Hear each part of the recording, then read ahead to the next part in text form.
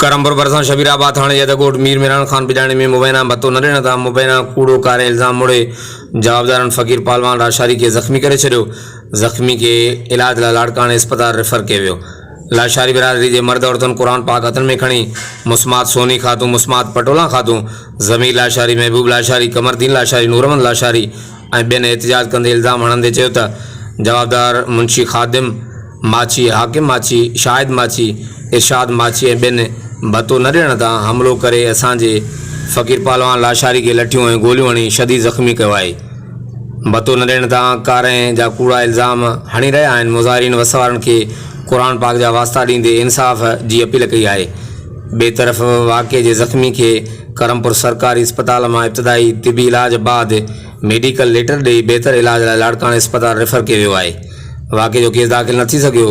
मुतासिर मुज़ाहिरीन जो वधीक छा चवणो अचो तो उनजी ज़बानी ॿुधूं था। खोरी करे तो चए किरोड़ असांखे ॾियो नाक जो बकार हाणे भतेखोरी करे सो महिरबानी कयो असां इंसाफ़ थिए। असां चौथों चकार विढ़े थो कोई बि असां गुनाह पीसार न कोई महिरबानी कयो असां इंसाफ़ कयो। बंदूक खां 10 ॼणा आया फायरिंग भी कयूं अबे के धक भी आयूं गोली भी लॻल अथसि गोॾे जे हेठां जंग में गोली भी लॻल अथसि। महिरबानी थिए बाला पीसरनि कयो आहे त इनखे जल्दी अंदर कयो वञे न त असांखे मारींदो। महिरबानी करियो। आराम सां मां अर्ज़ु कयां थो शबीर अली खान के सरदार साहब के महिरबानी थिए असां सां मां हुन वटि वियो अॻे बि वियो हाँ साईं मां सां हे माण्हू नाजाइज़ी करनि था। महिरबानी थिए मां मिसकिन जी मदद थिए मां असांखे नाजाइज़ी करे ॿियो चकर धक हणी वञे थो। महिरबानी थिए हुकूमत जे तरफ़ां असां सां इंसाफ़ थिए।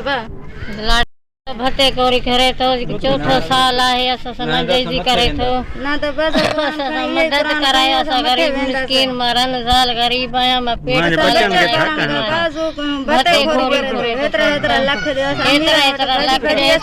करोड़ असां एतिरा करोड़ असां काॾां गरीब माण्हू नंढड़ा बच्चा आहिनि असां पेट पालण लाइ